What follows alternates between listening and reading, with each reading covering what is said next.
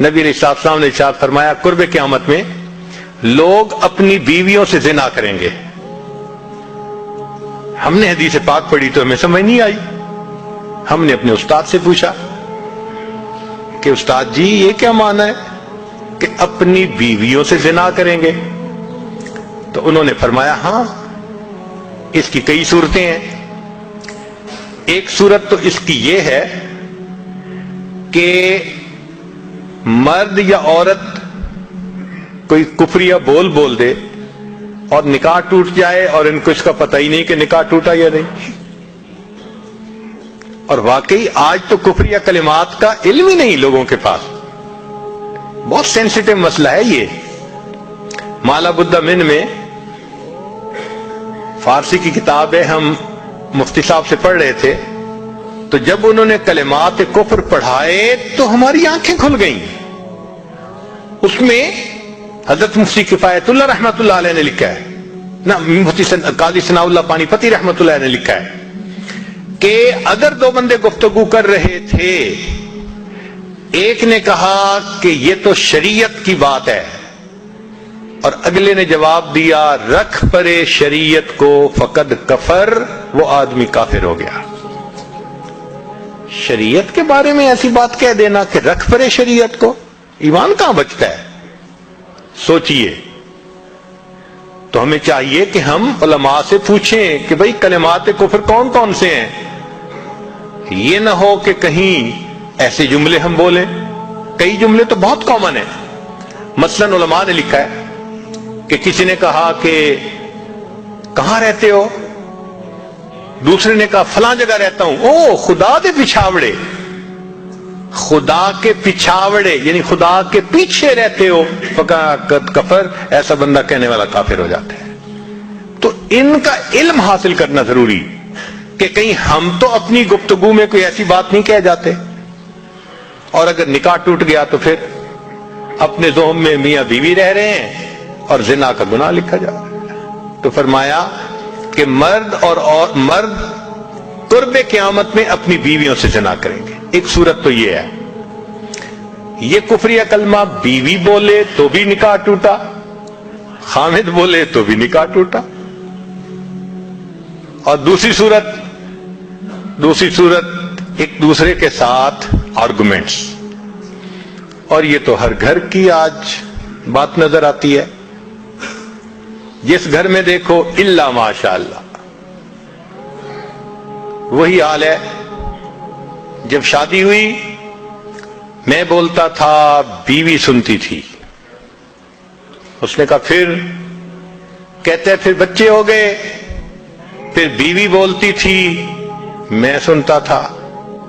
اس نے کہا پھر, کہتے پھر ہم دونوں بوڑھے ہو گئے, ہم دونوں بولتے تھے محلے والے سنتے تھے. تو بڑھاپے میں آرگومنٹس اور زیادہ. اب ان آرگومنٹس میں ہوتا کیا ہے کہ مرد کی زبان سے کنائے میں طلاق نکل جاتی ہے.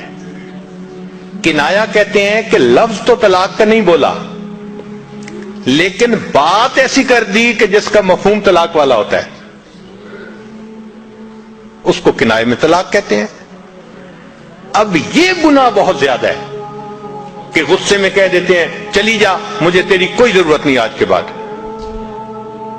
اس قسم کے الفاظ کہ جس کا نتیجہ یہ نکلے کہ تو میری بیوی نہیں ہے,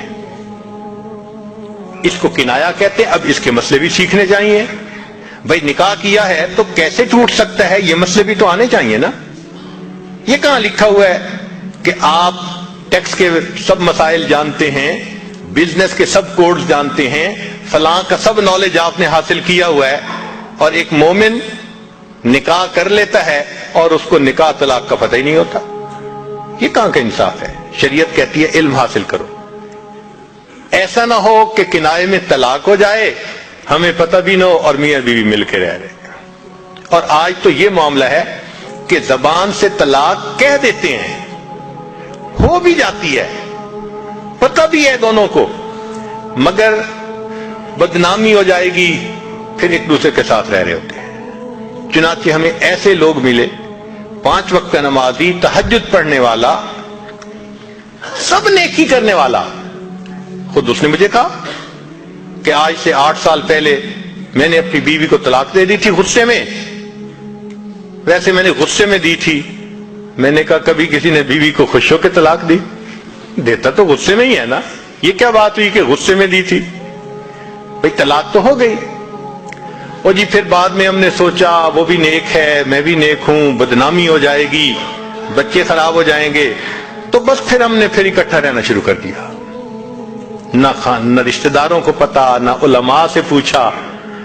پھر میاں بیوی اکٹھا رہ رہے ہیں, ایک گھر ایک کمرے میں. اب بتائیں زنا ہو رہا ہے کہ نہیں ہو رہا؟ قربان جائیں اس سچے نبی صلی اللہ علیہ وسلم کی مبارک زبان پر 1400 سال پہلے وارن کر دیا تھا کہ قرب قیامت میں لوگ اپنی بیویوں سے زنا کریں گے. آج اس بات کی ضرورت ہے ہم دین کو پڑھیں, دین کو سمجھیں, دین کو سیکھیں تاکہ اپنی زندگی شریعت کے مطابق گزار سکیں. اور یہ ایسا گناہ ہے زنا, اللہ اکبر, کہ قرآن مجید میں اس کے لیے فرمایا خالدین وَيَخْلُدُ فِيهِ مُحَانَا, خالدین فیہا کا لفظ آیا.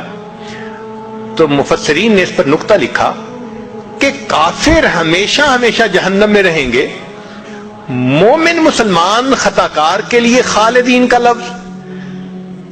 تو مفسرین نے اس کا جواب دیا جی ہاں, یہ آپس میں انوالو تھے نا, تو کہتے تھے ہم کبھی ایک دوسرے کو نہیں چھوڑیں گے, ہم کبھی نہیں چھوڑیں گے ایک دوسرے کو.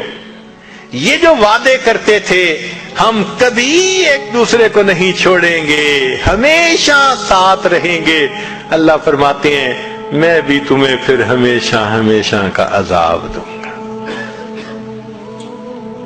ایک حدیث پاک میں ہے قیامت کے دن اللہ تعالیٰ کے سامنے بوڑھا زانی آئے گا, اللہ تعالیٰ اس کے چہرے کی طرف نہیں دیکھیں گے. ایک روایت میں ہے قیامت کے دن بے پردہ جو ننگے سر پھرنے والی عورت ہوگی وہ اللہ کے سامنے کھڑی کی جائے گی, اللہ تعالیٰ اس کی طرف نہیں دیکھیں گے. یہ وہ گناہ ہے کہ اللہ تعالیٰ کی رحمت کی نظر ہی قیامت کے دن نہیں پڑے گی. آج اس سے بچنے کی ضرورت ہے.